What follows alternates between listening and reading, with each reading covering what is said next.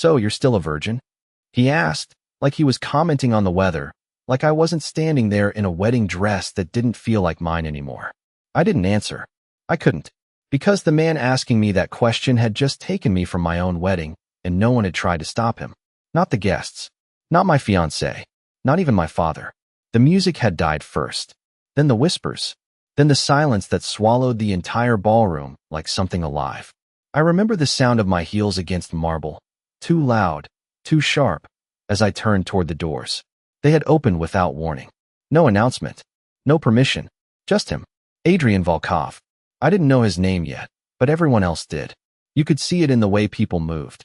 The way conversations stopped mid-sentence. The way men twice his age suddenly found the floor very interesting. He didn't raise his voice. Didn't rush. Didn't look around like he needed approval. He just walked forward, each step measured, like the room already belonged to him, and we were the ones trespassing. My fiancé had laughed at first. A nervous, brittle sound that cracked too easily. "You're at the wrong event," he said, trying to hold on to control that was already gone. Adrian didn't even look at him. His eyes were on me. Steady. Unblinking. Not hungry. Not angry. Just certain. That was what scared me the most. Not chaos. Not threat. Certainty. "She's coming with me," he said. That was it. No explanation. No negotiation. Just a decision spoken out loud. I remember waiting for someone to object. My father. The security team. Anyone. No one moved. The silence stretched, thin and suffocating, until I realized something I wasn't supposed to understand yet. This wasn't a request. It never had been. My fingers tightened around my bouquet. White roses. Imported. Expensive. Meaningless. "I'm not going anywhere," I said, and my voice sounded smaller than I wanted it to. He stepped closer. Not fast. Not threatening. Just close enough that I could see the details people whispered about. The faint scar near his eyebrow. The calm in his expression. The complete absence of doubt. "You already are," he replied. My fiancé. Tried to step in then. A hand on my arm. A claim he suddenly remembered he was supposed to make. Adrian's gaze flicked to it. Just for a second. That was all it took. The hand dropped. Like it had never belonged there in the first place. And somehow, that was worse than anything loud or dramatic. Because it meant power didn't need noise. It just needed presence. I should have fought harder. Should have run. Should have screamed. But my body betrayed me in the quietest way possible. I froze. And in that stillness, he reached for my wrist. Not rough. Not gentle. Just firm enough to tell me resistance wasn't part of the equation. "Let's go," he said. And I did. Past the tables. Past the people who suddenly couldn't meet my eyes. Past the life I thought I was stepping into just minutes ago. The doors closed behind us with a soft click that sounded louder than any shout. Outside, the night air felt colder. Sharper. Real. That was when he finally looked at me again. Really looked. And asked the question that made my heart stutter for a completely different reason. "So, you're still a virgin?" I swallowed. My mind scrambled for anger, for outrage, for anything that made sense. Why does that matter? I managed. His expression didn't change. But something in his eyes did. Something calculating. Something that felt like a decision being confirmed. "Because," he said quietly, "it means I'm not too late." And that was the moment everything shifted. Because I realized this wasn't about taking me. It was about something else entirely. Something I didn't understand yet. But I was already in it. And there was no going back. I did not realize I was shaking until the car door closed and the silence wrapped around me like something heavy and deliberate, cutting off the world I had just left behind as if it had never existed. And for a second, I just stared at my own reflection in the tinted window, a white dress in the dark, a stranger wearing my face. And I thought about opening the door, about running back inside, about undoing everything that had just happened. But my hand did not move, and neither did I, because something deeper had already shifted inside me, something that understood I had crossed a line that could not be uncrossed. And then the engine started, smooth and quiet, and the car began to move without urgency, without panic, like there was no need to hurry because no one would dare follow. And that realization settled into my chest in a way that made it hard to breathe, not because I was afraid of him, not exactly, but because I was starting to understand what kind of man did not need to rush, the kind of man who had already accounted for every outcome before taking a single step. And I turned my head slowly, forcing myself to look at him instead of the passing lights outside. And he was exactly the same as he had been inside, composed, controlled, one hand resting lightly on his knee, the other holding his phone without looking at it, like even the smallest movements were intentional, like nothing about him existed by accident, and I hated that I noticed it. Hated that part of me was paying attention instead of planning my escape. "Where are you taking me?" I asked, and my voice sounded steadier than I felt, which was something at least, something I could hold on to. But he did not answer right away. He let the question sit between us, stretching it out until it felt like a test I did not understand. And when he finally spoke, his tone was calm, almost absent of emotion. "Somewhere safe," he said, and I let out a quiet breath that was not relief, not even close, because safe meant different things depending on who you were asking, and I did not think his version and mine were the same. "You do not get to decide that for me," I said, turning more fully toward him now, needing him to see that I was not going to sit quietly and accept whatever this was. But his gaze shifted to me then, slow and deliberate, and it felt like being studied, not judged, not dismissed, just understood in a way that made me uncomfortable. "I already did," he replied. And there it was again, that certainty, that quiet, unshakable control that did not need to be loud to be absolute. And I clenched my hands in my lap, the fabric of my dress wrinkling under my fingers as I tried to anchor myself in something real, something that still belonged to me. "You cannot just take people," I said, and this time there was a crack in my voice I could not hide, because I needed him to deny it, needed him to say this was temporary, a mistake, something that could still be undone. But instead he looked forward again, eyes on the road ahead, like the conversation had already been decided before I opened my mouth. "I did not take you," he said quietly. "I removed you." And the words landed differently, sharper, more precise, like they carried a meaning I had not considered, and I frowned, confusion cutting through the fear for just a second. "From what?" I asked, and for the first time since this began, he hesitated. Not long, not enough for anyone else to notice, but I did, because I was watching him now the same way he had been watching me, searching for something real beneath the control, and when he answered, his voice was lower, almost like it was meant only for me. "From something you do not see yet," he said, and that should have sounded like manipulation, like control dressed up as protection, and maybe it was, but there was something in the way he said it that did not quite match the version of him I had already decided to believe, and that unsettled me more than anything else, because fear I understood, anger I could use, but uncertainty made me hesitate, and I had this sudden, unwelcome thought that maybe the silence back in that ballroom had not been about him alone. Maybe it had been about something else entirely, something I had been standing in the middle of without realizing it, and I looked down at my hands again, at the ring I had not even noticed slipping loose on my finger, and slowly, without thinking, I pulled it off, the metal cool against my skin as it left a faint mark behind, and I did not know why that felt important, only that it did, like I had just made a choice without fully understanding it. And when I looked back up, his eyes were already on me, watching, always watching, and for a second neither of us spoke, because something had shifted again, quieter this time, deeper, and I had the unsettling feeling that whatever came next was not going to be something I could simply walk away from, even if the door was right there beside me. I should have felt relief when the car finally slowed down, when the city lights gave way to something quieter, darker, more controlled, but instead my chest tightened in a way that made every breath feel measured, like even the air here belonged to him. And I found myself sitting straighter without meaning to, my fingers still wrapped loosely around the ring I had taken off, turning it slowly like it might give me answers it never had before. And when the car came to a complete stop, I did not move right away, because I did not know what waiting outside that door would mean for me. Not anymore. And the silence stretched again, familiar now, heavy but not empty, until he reached forward and opened his door first, stepping out with the same calm precision he carried everywhere, like nothing in the world could rush him, like time itself adjusted to his pace instead of the other way around.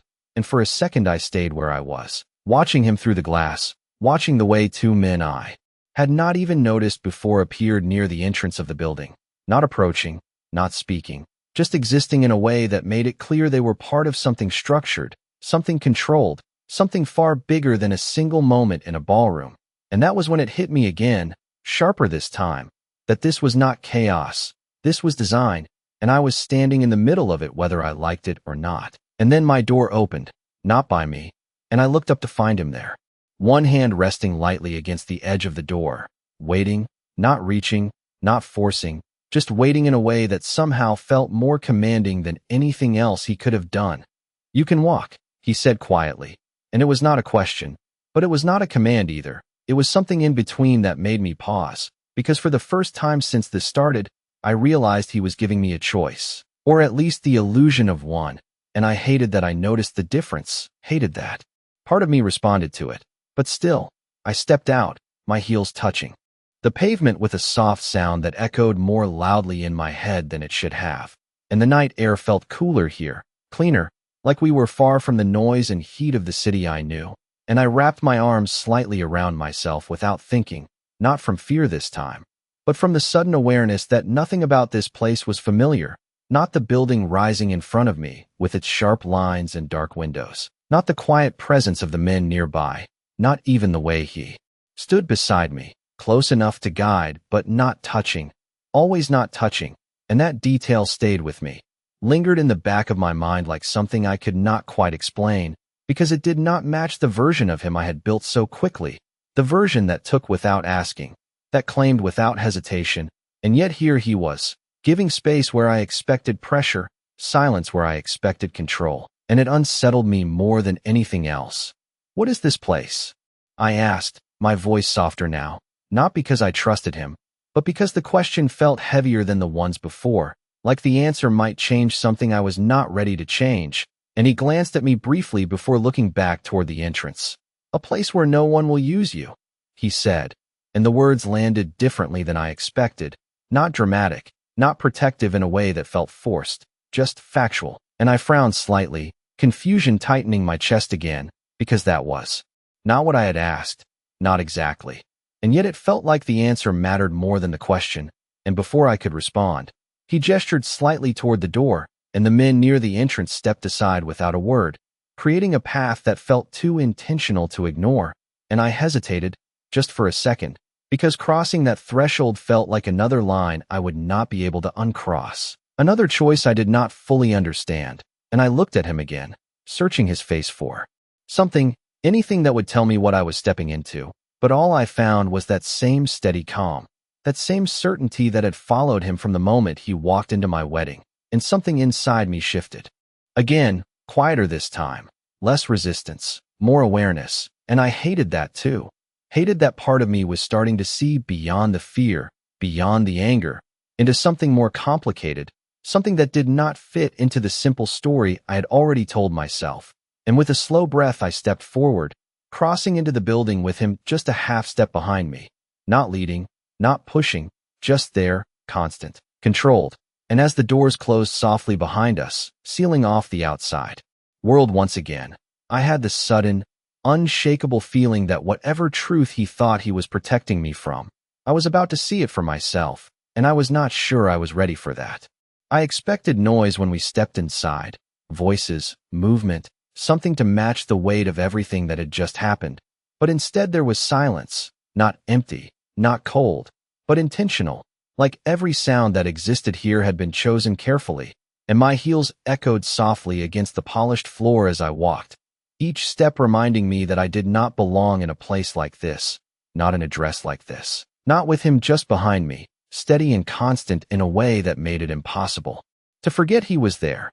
And I slowed without meaning to, my eyes moving across the space around me, taking in details I did not understand but felt important anyway, the clean lines, the soft lighting, the absence of clutter, everything precise, controlled, nothing accidental, and it made something inside me tighten again, because this was not just a place someone lived, this was a place someone ruled. And I stopped walking altogether when I realized I had no idea where I was supposed to go, no direction, no instruction, just the quiet presence of a man who had already decided everything before I could even ask. And I turned slightly, just enough to look at him over my shoulder, needing something, anything that would give me back a sense of control I had lost somewhere between the ballroom and this door. "Now what?" I asked, and my voice sounded steadier than I felt. But there was something else in it now, too. Something sharper, something that refused to disappear completely no matter how much the situation shifted around me. And for a moment he did not answer. He just looked at me. Really looked, like he was measuring something I could not see, something beyond the surface. And then he stepped past me. Not close enough to touch, never that, but close enough that I could feel the shift in the air as he moved. And he walked ahead a few feet before stopping and turning back slightly. "Now you breathe," he said. And the words caught me off guard in a way nothing else had so far, because they were not what I expected, not an order, not a rule, just a statement that felt almost too simple, and I frowned without meaning to, confusion flickering through the tension that had settled in my chest.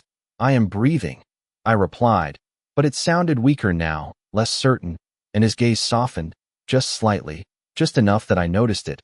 "Not like that," he said quietly, and for a second I did not understand what he meant, and then I did, because I became aware of it all at once, the tightness in my chest, the shallow rhythm of my breath, the way my shoulders were still tense like I was waiting for something else to happen, something worse, something final, and I hated that he could see it, hated that he noticed things I did not want anyone to notice, and I straightened slightly, forcing a deeper breath into my lungs even though it felt unnatural, forced, and he watched me for a moment longer before turning away again, like that was all he needed, like that small shift mattered more than anything else, and that unsettled me more than his silence ever had, because it meant he was paying attention in ways I was not prepared for, ways that went beyond control and into something more precise, more personal, and I followed him without being told to, which bothered me more than it should have, because I did not want to be someone who simply followed, not here, not with him, but my feet moved anyway, carrying me deeper into a space that felt less like a building and more like a boundary, something that separated the world I knew from whatever this was. And we stopped near a wide set of windows that overlooked the city, the lights stretching out below like something distant, something unreachable. And for a moment neither of us spoke, because the silence here felt different, not heavy, not suffocating, just still, and I found myself staring out at the view, grounding myself in something familiar, something that reminded me the world still existed beyond this place, beyond him, and I almost believed it, almost felt that sense of distance hold, until he spoke again, his voice low, steady, cutting through the quiet without breaking it. "They would have traded you," he said, and the words landed in a way that did not make sense at first, not fully, and I turned sharply toward him, my brows pulling together as confusion gave way to something else, something colder. "What are you talking about?" I asked, and this time there was no hesitation in my voice, no softness, just a direct demand for something real, something clear, and he met my gaze without flinching, without looking away. "Your fiancé was not marrying you," he said, each word measured, deliberate. "He was positioning you." And something inside me dropped, not all at once, not dramatically, but slowly, like a realization that had been waiting just beneath the surface finally rising into view, and I shook my head slightly, more out of instinct than certainty. "That does not make any sense," I said, but even as the words left my mouth, they felt weaker than they should have, because somewhere deep down, something in me had already begun to question everything I thought I understood, and he watched me for a moment longer, not pressing, not forcing, just letting the truth settle in its own time. And that was the moment I realized something I had not been ready to admit before, something that shifted the ground. Beneath everything else, he was not trying to convince me. He was waiting for me to see it myself, and somehow, that was far more dangerous than anything else he could have done. I laughed before I could stop myself, a short, breathless sound that did not belong in a room this quiet, because what he said did not make sense. It could not make sense, and yet it echoed in my head in a way that refused to disappear. "Positioning me for what?" I asked in this time. My voice was sharper, edged with something that felt dangerously close to panic, because if he was right, then everything I thought I knew about tonight, about my family, about the man I was supposed to marry, had been something else entirely, and I was not ready to accept that, not without a fight, not without something to hold on to. But he did not answer immediately. Of course he did not. He never rushed, never filled silence just to make it easier. He let it stretch until I felt it in my chest again, that tight, controlled pressure that made every second feel deliberate. And when he finally spoke, his voice was calm, almost too calm. For leverage, he said, and the word landed heavier than it should have. Simple but precise, like it carried weight I was only beginning to understand, and I shook my head again, more firmly this time, stepping back slightly as if distance could make the idea less real. That is not true, I said, and I wanted to believe it, needed to believe it, because the alternative was something I did not know how to face. But he did not argue, did not push, did not even look frustrated. He just watched me, steady and unshaken, like he had already accounted for my reaction before I gave it. And that made something twist inside me, something uncomfortable and sharp, because it meant he was not trying to convince me. He was waiting for me to catch up to something he already knew, and I hated that more than anything else. You expect me to believe that my own family would. I stopped before I could finish the sentence, because the words felt too heavy to say out loud, too final, and he stepped closer then. Not enough to crowd me, not enough to take away space, just enough that I could not ignore his presence anymore. I expect you to remember, he said quietly, and that caught me off guard in a way nothing else had so far, because it was not an accusation, not even a claim. It was something else, something that reached past the surface into places I had not wanted to look, and I frowned, my mind racing despite myself. Remember what? I asked, and for a second I thought he would not answer again, but this time he did, his voice low, controlled. The conversations that stopped when you walked in, he said, the way your father would not meet your eyes tonight. And my breath caught slightly, because I had noticed that, had pushed it aside at the time as nerves, as stress, as anything but what it might actually mean. That does not mean anything, I said quickly, too quickly, and I heard it, heard the weakness in my own voice. The uncertainty I did not want him to hear, but of course he did, of course. He noticed everything. It means enough, he replied, and his gaze held mine in a way that made it impossible to look away, not because he forced me to, but because something in me needed to see if he was lying, needed to find something that did not match, something I could use to dismiss all of this. But there was nothing, just that same steady certainty, that same calm that did not waver, and I felt something shift again, deeper this time, something that did not feel like fear or anger anymore, something quieter, more unsettling, because it felt like the ground beneath everything I believed was starting to move, and I did not know where it would settle. If what you were saying is true, I said slowly, choosing each word carefully like it might hold me together, then why me? And that question felt different, heavier, because it was no longer about denial, no longer about rejecting what he was telling me. It was about understanding it, and I hated that too, hated that I was even asking, but I needed to know, needed something solid in the middle of all this uncertainty, and he studied me for a moment before answering, really studied me, like the answer mattered more than the question itself. Because you matter to them, he said, and I let out a quiet breath that felt almost like relief until he continued, his voice just as steady, just as controlled, but not in the way you think. And that was when it hit me, not all at once, not like a sudden realization, but like something slow and inevitable, something that had been building from the moment he walked into that ballroom, from the moment no one tried to stop him, from the moment I realized silence could be louder than any protest. And I looked down at my hands again, at the empty space where the ring had been, and for the first time since this began, I did not feel like I had been taken, not completely. I felt like I had been removed from something I did not fully understand yet, something I was only now beginning to see, and that realization did not bring comfort. It brought something else entirely, something that made my chest tighten in a different way, because if he was right, then the life I thought I was stepping into had never been mine to begin with. And the question that followed was not one I was ready to answer, because it changed everything. If that life was never mine, then what was left for me now? The question stayed with me longer than anything else he had said, not because of the answer, but because of what it uncovered, a space where certainty used to be, now empty, now waiting, and I realized I was standing there in silence again, not because he forced it, but because I did not know what to say next, and that was new. Unsettling in a way I could not immediately fight, because arguing required something solid to stand on, and I was starting to lose that, piece by piece. You do not get to decide what happens to me next, I said finally, my voice quieter but steadier than before, because even if everything else was shifting, that part still mattered, that part was still mine, and he did not interrupt, did not dismiss it.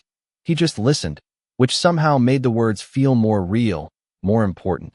Then decide, he replied, and the simplicity of it caught me off guard again, because it sounded like freedom, like choice, like something I had been holding on to, but something about it did not feel that simple, not here, not with him. You think I have a choice? I asked, and there was a trace of disbelief in my voice now, because the idea felt almost absurd after everything that had just happened, after the way he walked into a room and changed everything without asking, without hesitation, and he held my gaze for a moment before answering. Not immediately, not carelessly. You have more than you did an hour ago, he said, and I let out a slow breath, because that was not the same as saying I had control. It was not the same as saying I was free, but it was something small and uncertain that I could not ignore, and I hated that I noticed the difference, hated that part of me was already measuring it, already weighing it against everything else. That is not the same thing, I said, and this time there was no hesitation in my voice, because I needed him to understand that I was not going to accept half answers, dressed as truths. But instead of pushing back, instead of correcting me, he nodded slightly, like he agreed, like the distinction mattered, and that shifted something again, because it meant he was not trying to convince me of something false. He was letting me see the edges of something real, and I was not sure what to do with that. Then what happens if I leave? I asked, and the question felt heavier than it should have, because it was not just hypothetical, it was a line, a test, something that could define everything that came next. And he did not look surprised, did not react like I had challenged him. He just answered, calm and steady as always. You can, he said, and for a second the words hung in the air between us, simple, direct, almost unbelievable, and I stared at him, searching for something, anything that would reveal the catch, the condition, the hidden rule that made it less real than it sounded. Just like that, I asked, and my voice softened despite myself, because part of me needed it to be true, needed something in this situation to be simple. But his expression did not change, not in a way I could easily read. The door is there, he said, glancing briefly toward the entrance we had just come through, and my chest tightened again, because it was that easy, or at least it looked that easy, and I turned slightly, my eyes following the direction of his gaze, the distance between me and the exit, suddenly feeling both small and impossible at the same time. And I took a step, just one, testing the space, testing the reality of what he was offering, and nothing stopped me. No one moved, no voice called me back, and for a second I believed that I could walk out of here, back into the night, back into whatever was waiting on the other side. And that was when it hit me, not something he said, not something he did, but something I understood on my own. If I walked out, I would be walking back into the same world that had just handed me over without a fight. The same world that had looked away, stayed silent, let me go without question, and my foot paused mid-step, the realization settling into me in a way that felt heavier than anything else, because for the first time since this began, I was not thinking about him. I was thinking about everything I had left behind, everything I thought was mine, and how easily it had let me go, and slowly, without meaning to, I lowered my foot back to the ground. The distance between me and the door no longer feeling like freedom, but something else entirely, something uncertain, something I was not ready to face. And when I turned back toward him, he was already watching me, not with satisfaction, not with victory, just with that same steady calm, like he had known exactly where I would stop all along. And I realized then that the choice he gave me was real, but so was the truth waiting on the other side of it. And for the first time, I was not sure which one scared me more. I did not say anything right away because there was nothing left to argue, nothing left to prove, only the quiet understanding settling between us that the door had never really been the question, and I hated that realization, hated how it shifted everything without asking my permission, because it meant this was no longer about escape, it was about truth, and truth was harder to run from. You knew I would not leave, I said finally, my voice low, steady in a way that surprised me, because it did not sound like defeat, it sounded like recognition, and that felt different, heavier, like stepping into something instead of being pushed, and he did not deny it, did not soften it. He just met my gaze with that same calm certainty.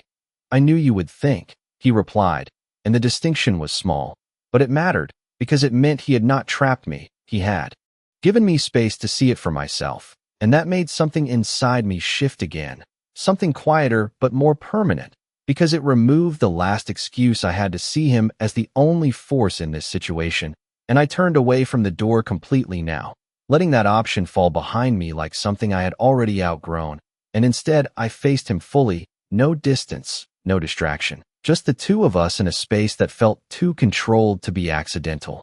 Then tell me everything, I said. And there was no hesitation this time, no uncertainty, just a demand for clarity I was no longer afraid to make.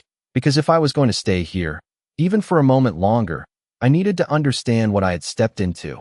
And for the first time since this began, something in his expression shifted, not dramatically, not enough for anyone else to notice. But I saw it, a brief pause, a calculation that felt more personal than strategic. And then he nodded once, slow and deliberate, like the decision had already been made before I asked. And he turned slightly, gesturing toward a seating area near the windows, not commanding, not directing, just indicating, and I followed without thinking, the movement feeling less like obedience and more like choice, which unsettled me in a completely different way. And when I sat down, the softness of the chair felt almost out of place against the tension still coiled in my body, and he remained standing for a moment before sitting across from me. Not too close, not distant, just enough space to make this feel like a conversation instead of a confrontation, and that detail did not go unnoticed, not anymore. Your fiancé, he began, his voice steady, measured, is not the one making decisions in his family. And I frowned slightly, because that much I had suspected, even before tonight, even before everything changed. Then who is? I asked, and he held my gaze for a second longer before answering. His father, he said, and something in the way he said it made the name feel heavier, like it carried weight beyond simple authority, beyond family hierarchy, and I felt that tightening in my chest again, not panic this time, but awareness. Sharp and clear. And what does that have to do with me? I pressed, because I needed the connection, needed the line that tied me into something that suddenly felt far bigger than I had ever realized. And he leaned back slightly, his posture still relaxed, still controlled, but his eyes sharper now, more focused. You are not just a bride, he said, and the words settled into the space between us like something final, something that could not be undone. You are in agreement. And I stared at him, the meaning hitting me slower this time, not because it was unclear, but because I did not want to accept it, not fully, not yet. An agreement for what? I asked, even though part of me already knew the answer would not be simple, and he did not rush it, did not soften it. Access, he said, influence and control, and each word felt heavier than the last, like pieces of something I had never seen but had always been part of.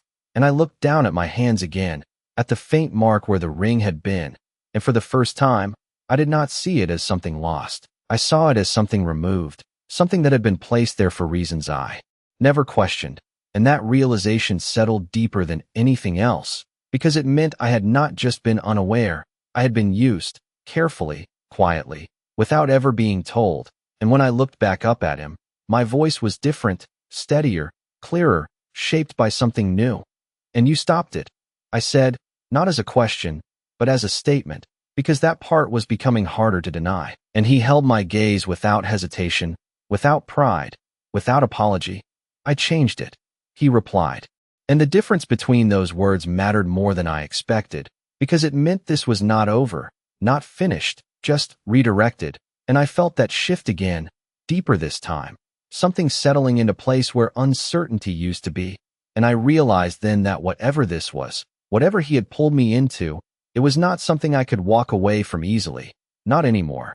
Not after seeing what I had just seen. And that truth did not scare me the way it should have. It did something else entirely, something quieter, more dangerous, because it made me want to understand it. Changed it how? I asked, because that word stayed with me. Not stopped, not ended, but changed, and something about that felt unfinished, like I had only seen the edge of something much larger. And he did not look away this time, did not soften the answer or delay it. He met my gaze with that same steady calm that had followed him from the moment he walked into my life.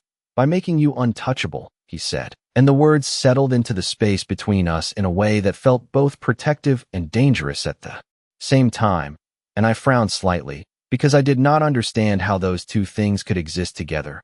Untouchable to who?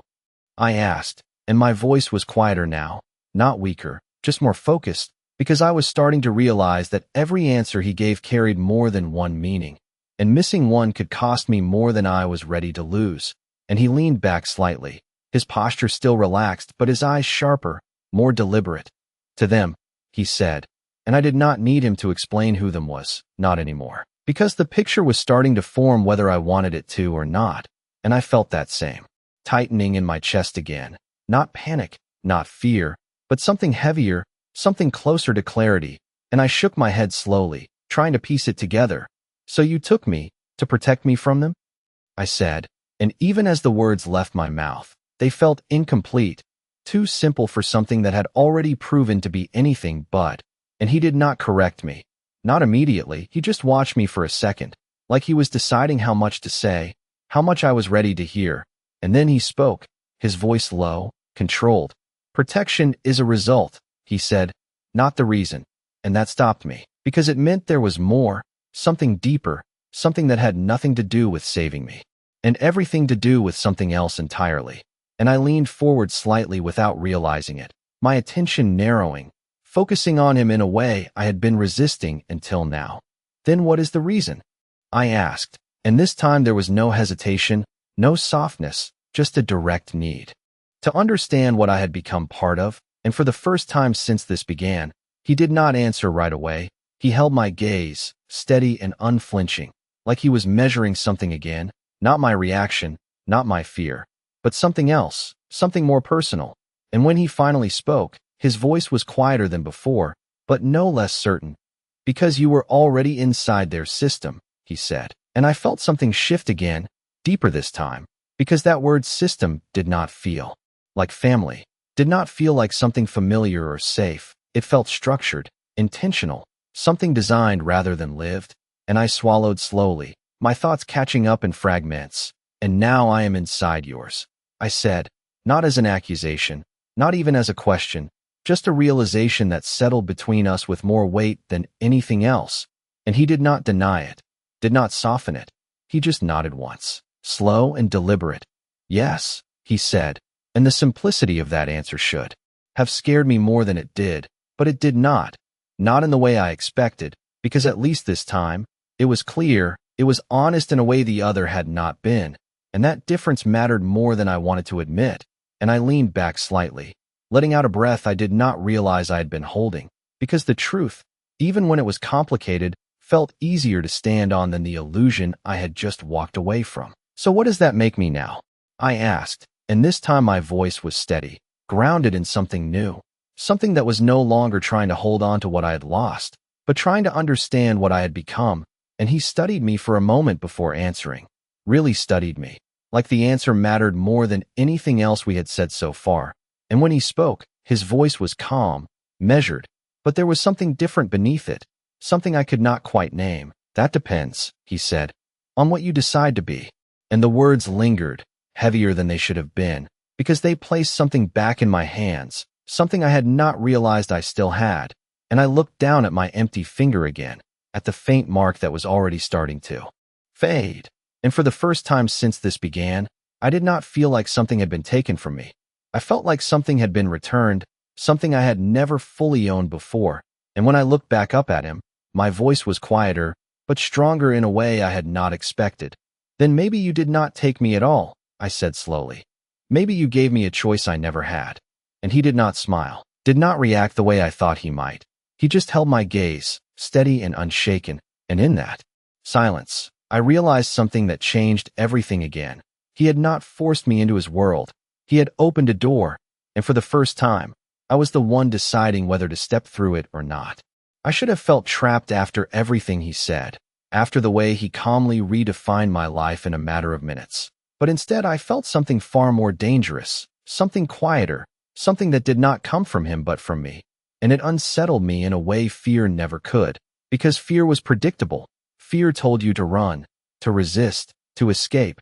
But this made me stay, made me think, made me question everything I had accepted without hesitation before tonight, and I hated that it was happening so quickly, hated that I was adapting instead of breaking, because it meant I was not as fragile as I thought, and that realization came with its own weight.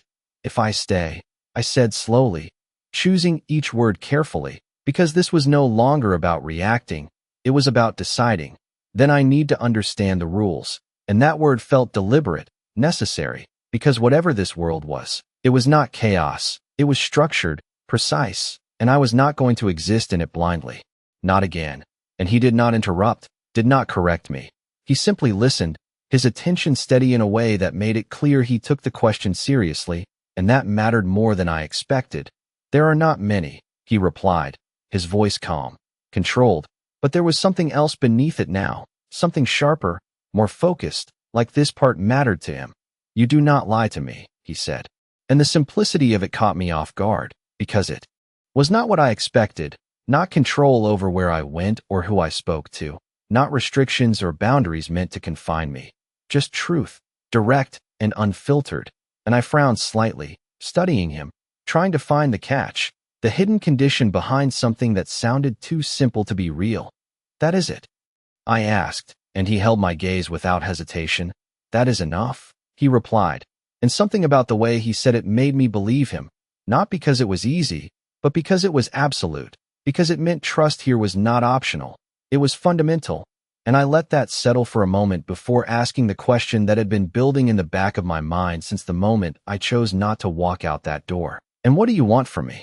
I said, and this time my voice did not waver, did not soften, because I needed the answer to be as clear as everything else had become, and for the first time, he did not respond immediately, not because he did not have an answer, but because he was choosing it carefully, weighing it in a way that felt different from everything else. And when he finally spoke, his voice was quieter, more deliberate. Clarity, he said, and I blinked, caught off guard again, because it was not power, not obedience, not anything I expected from a man like him.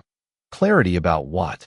I asked, and he leaned forward slightly, just enough to close the distance without invading it, his presence shifting in a way that drew my attention completely. About you, he said, and that stopped me, because it was not about his world, not about control or strategy, it was about me, and I did not know what to do with that, did not know how to respond to a request that felt more like a mirror than a demand. You already know enough to take me from my own wedding, I said, and there was a trace of something in my voice now, not anger, not quite, but something closer to challenge, because I needed to understand why I mattered at all, and his gaze did not waver, did not soften. I know what they see, he replied. I want to know what they missed, and that landed differently, deeper, because it meant he was not interested in the version of me that had been used, the version that had been positioned and traded without my knowledge. He wanted something else, something I was not even sure I had defined for myself yet. And I let out a slow breath, my thoughts shifting again, not resisting, not accepting, just adjusting, because this was no longer about being taken or protected. It was about being seen in a way I had not expected, and that was far more unsettling than anything else he had done. And if I do not know that answer? I asked quietly, because that felt like the most honest thing I could say, the only thing that had not been shaped by assumption or expectation. And for the first time, something in his expression softened, not enough to change him, but enough that I noticed, enough that it mattered. Then we find it, he said, and the words were simple, but they carried something I was not prepared for, something that felt less like control and more like direction, and I realized then that this was not just about survival anymore.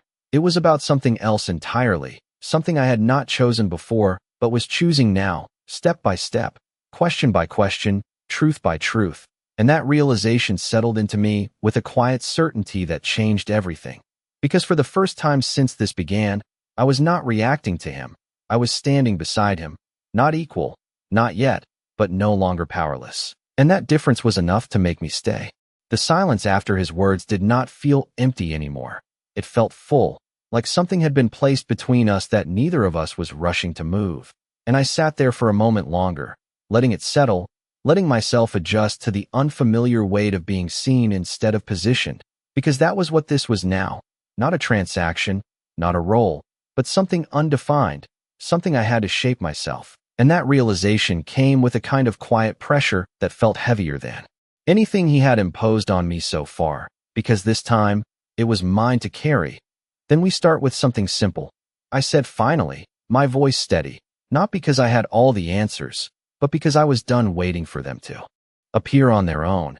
And his attention sharpened slightly, not in a threatening way, but in a focused one, like this was the moment that mattered more than anything before it.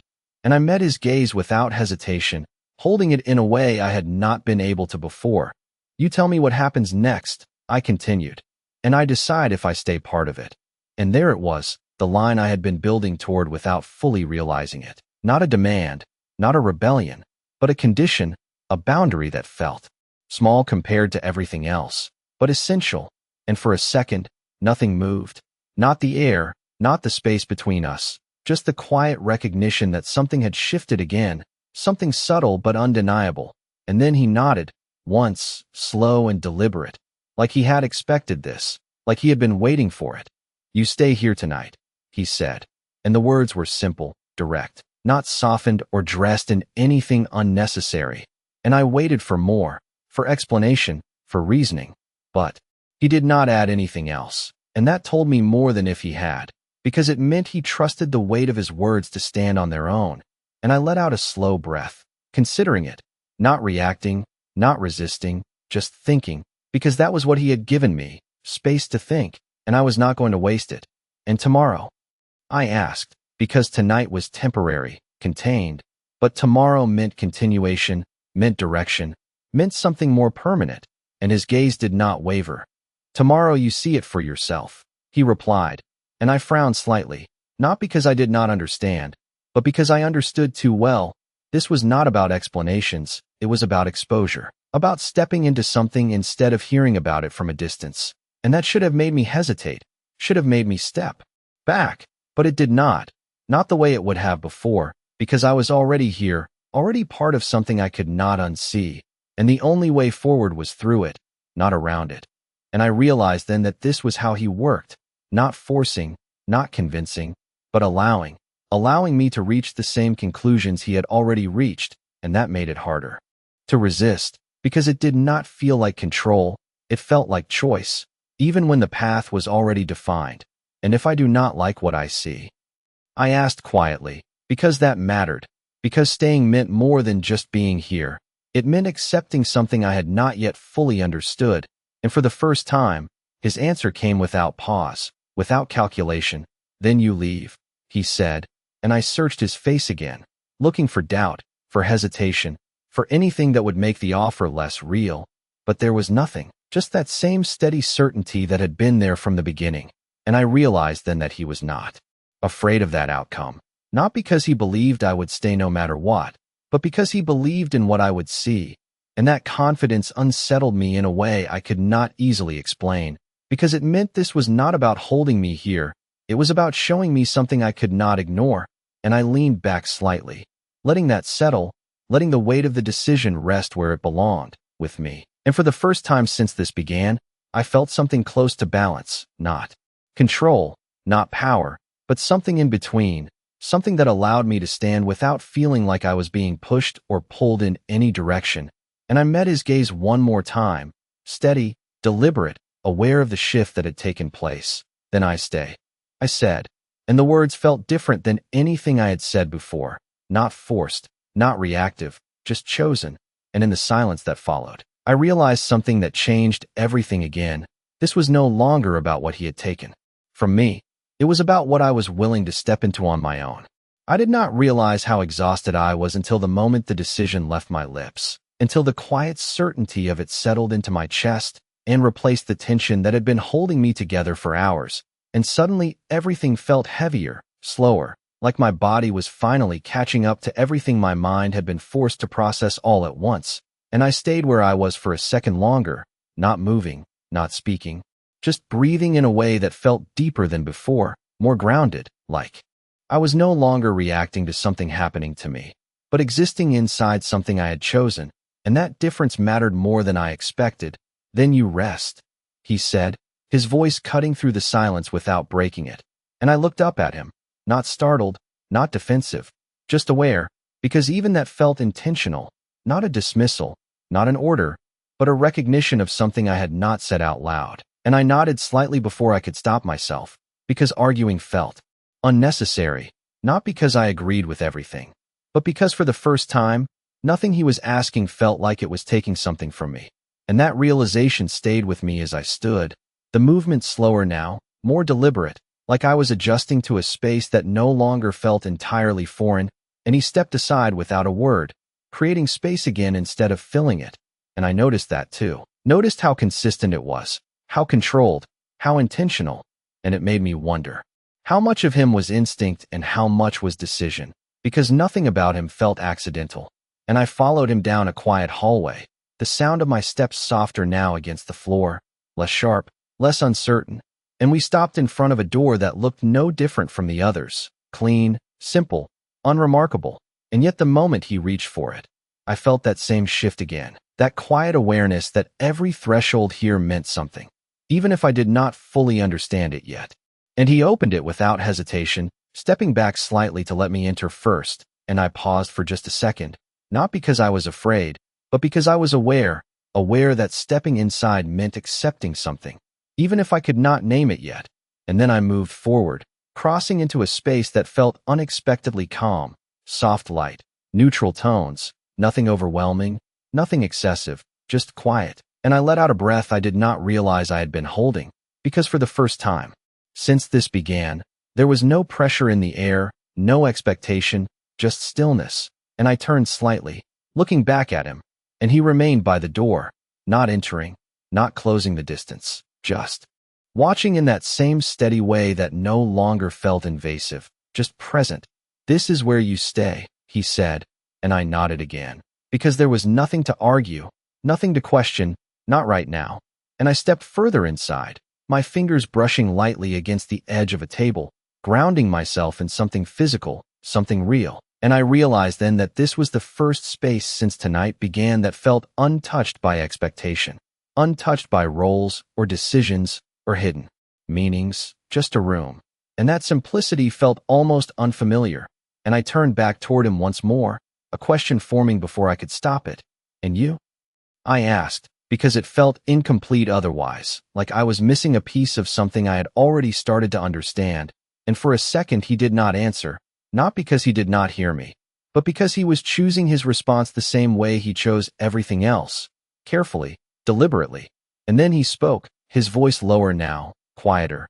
"I will be here," he said, and the words were simple, but they carried something I could not ignore, something steady, something constant, and I held his gaze for a moment longer, not looking for answers this time, just acknowledging the presence behind the words. And then I nodded once, small, but certain, because that was enough for now, more than enough, and he closed the door gently behind him, the sound soft, controlled, final in a way that did not feel like confinement, just separation. And I stood there for a moment in the quiet, alone for the first time since everything changed. And I expected the fear to return, expected the uncertainty to flood back in without him there to anchor it. But it did not the way I thought it would, because something had already shifted too far for that. Something inside me had already moved beyond the point of simple reactions. And as I sat down slowly, the weight of the night settling around me in a way that finally felt still instead of overwhelming, I realized something that stayed with me even as my eyes began to close. This was not the end of something. It was the beginning of something I had never been allowed to see before, and tomorrow was not something I feared anymore. It was something I needed to face. I woke before the light fully settled into the room, not because I was rested, but because my mind refused to stay quiet any longer. And for a few seconds I just lay there, staring at the ceiling, trying to remember where I was, trying to separate what had been real from what had only felt like it. But it did not take long for everything to come back. The ballroom, the silence, the way no one stopped him, the way I had walked out without fighting the way I thought I would, and the realization settled in again, steady and undeniable. This was real, all of it. And I pushed myself up slowly, The unfamiliar stillness of the room pressing around me in a way that felt different now. Not foreign, not uncomfortable, just neutral, like it was waiting for me to define what it meant. And I swung my legs over the side of the bed, my bare feet touching the floor with a quiet sense of grounding that felt more important than it should have. And I sat there for a moment, hands resting in my lap, letting the weight of today settle before I even stood up, because today mattered, not in the vague, distant way days usually did, but in a way that felt immediate, precise, like something was going to change whether I was ready for it or not. And I stood, moving slowly at first, then more certain as I crossed the room, catching a glimpse of myself in the mirror without meaning to, and I stopped, not because I did not recognize myself, but because I did, and that felt different now, because the girl staring back at me was not wearing a dress chosen for her, was not standing in a room where everything had already been decided. She looked aware, and that realization settled deeper than anything else had so far, because awareness came with responsibility, with choice, with consequences I could no longer ignore, and I looked away first, not because I could not face it, but because I was not ready to define it yet, not completely, and I moved toward the door, pausing just before I reached it, my hand hovering over the handle as something small but significant occurred to me. Yesterday, I had hesitated because I did not know what waited on the other side. Today, I hesitated because I knew it would not be simple, and that difference mattered, and I exhaled slowly before opening the door, stepping out into the quiet hallway that felt familiar in a way it had not before, and I did not need to look around to know he was there. I felt it before I saw him. That same steady presence that did not intrude but never disappeared, and when I turned, he was exactly where I expected, standing near the window at the far end, already awake, already composed, like time had never touched him at all, and for a moment I just watched him, taking in the stillness, the control, the way he existed in a space without disturbing it, and something shifted again, quieter this time, less resistance, more understanding, because I was starting to see the difference between force and presence, and he was not forcing anything, not anymore. And when he turned toward me, his gaze meeting mine, without surprise, without question, I realized he had known I was there before I moved, before I spoke, and that awareness did not feel unsettling anymore. It felt expected. "You are early," he said, his voice low, even, and I walked toward him without hesitation this time, my steps steady, grounded in something that had not existed yesterday. I did not want to wait. I replied, and the truth of it felt solid, because waiting meant staying in the unknown, and I was past that now, past hesitation, past denial. And he studied me for a moment, not critically, not skeptically, just observing, like he was measuring the shift that had taken place overnight. And then he nodded once, slow and deliberate, like he acknowledged it, like it mattered. "Good," he said, and there was something in that single word that felt like approval without being condescending, recognition without being possessive. And I stopped a few feet away from him, not closing the distance completely, but not keeping it either, just enough space to make this feel like a choice instead of a position. "You said I would see it for myself," I said, my voice steady, clear, because this was what I had chosen, this was what I had stayed for. And he did not look away, did not soften the moment. He simply held my gaze and answered, "You will." And the certainty in his voice did not feel like pressure, it felt like direction. And for the first time since this began, I did not question it, I did not resist it, I accepted it, not blindly, not passively, but consciously, because whatever I was about to step into, I was stepping into it on my own terms, and that made all the difference. The drive was quiet, but it was not the same kind of silence as before. It did not press against me or demand anything from me. It simply existed, like a space I was allowed to fill with my own thoughts, and I sat beside him without speaking, watching the city shift around us, from polished glass towers to older buildings with history carved into their edges, and I realized we were not going somewhere distant or hidden. We were going somewhere visible, somewhere that existed in plain sight, and that detail stayed with me longer than anything else, because it meant whatever I was about to see was not buried. It was simply unnoticed, and when the car finally slowed, I looked out the window and felt something tighten in my chest, not fear, not quite, but recognition, because the building in front of us was not unfamiliar. It was one I had passed before, one I had never thought twice about, clean, modern, ordinary in a way that made it invisible, and I turned slightly toward him, my brows drawing together. Here? I asked, and he nodded once, already opening his door, already stepping out like the answer had never been in question, and I followed a second later, my feet hitting the pavement with a quiet sense of awareness that made every step feel more deliberate, because this was it. This was what I had chosen to see, and I was not going to look away now. And we moved inside without hesitation, the lobby quiet but not empty. People moving through it like any other building in the city, unaware, unaffected, and that was when I understood the first layer of it. This was not a place set apart. It was a place integrated, hidden in plain sight, and that realization settled deeper than anything else, because it meant the world I thought I knew had always been more complex than I allowed myself to see, and he led me through it without touching, without guiding, just walking at a pace that assumed I would follow, and I did, not because I had to, but because I wanted to understand where this was going. And we stepped into an elevator, the doors closing softly behind us as the numbers began to rise, and I watched them without really seeing them. My mind focused on the weight of what was coming, the quiet certainty that something here would change everything again. And when the doors opened, the space beyond was different, not louder, not more dramatic, just more controlled, more intentional. And I stepped out slowly, my gaze moving across the room, taking in the details, the people, the way they moved, the way they spoke in low tones that carried purpose without drawing attention. And I realized then that this was not chaos.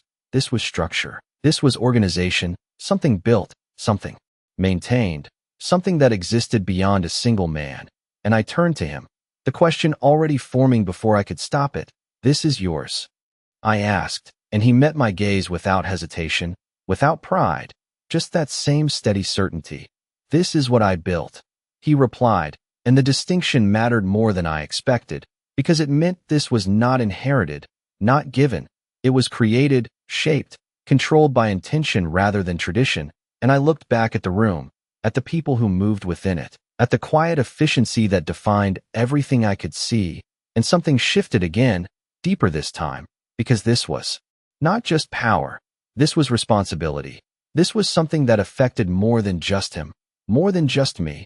And I realized then that what I had stepped into was not a cage. It was a system, one that operated whether I understood it or not. And I turned back to him slowly, my voice quieter now, not from uncertainty, but from the weight of understanding. "And you want me to be part of this?" I said. And he did not answer right away, not because he did not have one, but because the moment itself mattered, because this was the point where everything aligned: choice, truth, consequence. And when he finally spoke, his voice was calm, steady, but there was something else beneath it, something that felt almost like truth without condition.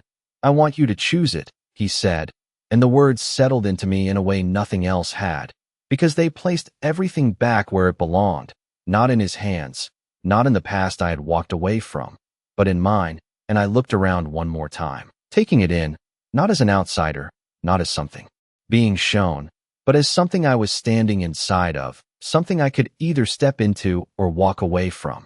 And for the first time since this began, the answer did not feel forced. It did not feel uncertain. It felt clear in a way that surprised me. And I met his gaze one last time, steady, grounded, aware of everything that had led to this moment. "Then I choose to see what this makes me," I said. And the silence that followed was not empty. It was full of something new, something that did not belong to him or to the past I left behind. It belonged to me. And that was the moment I realized the truth that would follow me long after this day ended. He did not take me from my world. He showed me that I had never truly owned it. And in doing so, he gave me something far more dangerous than control. He gave me the chance to decide who I would become.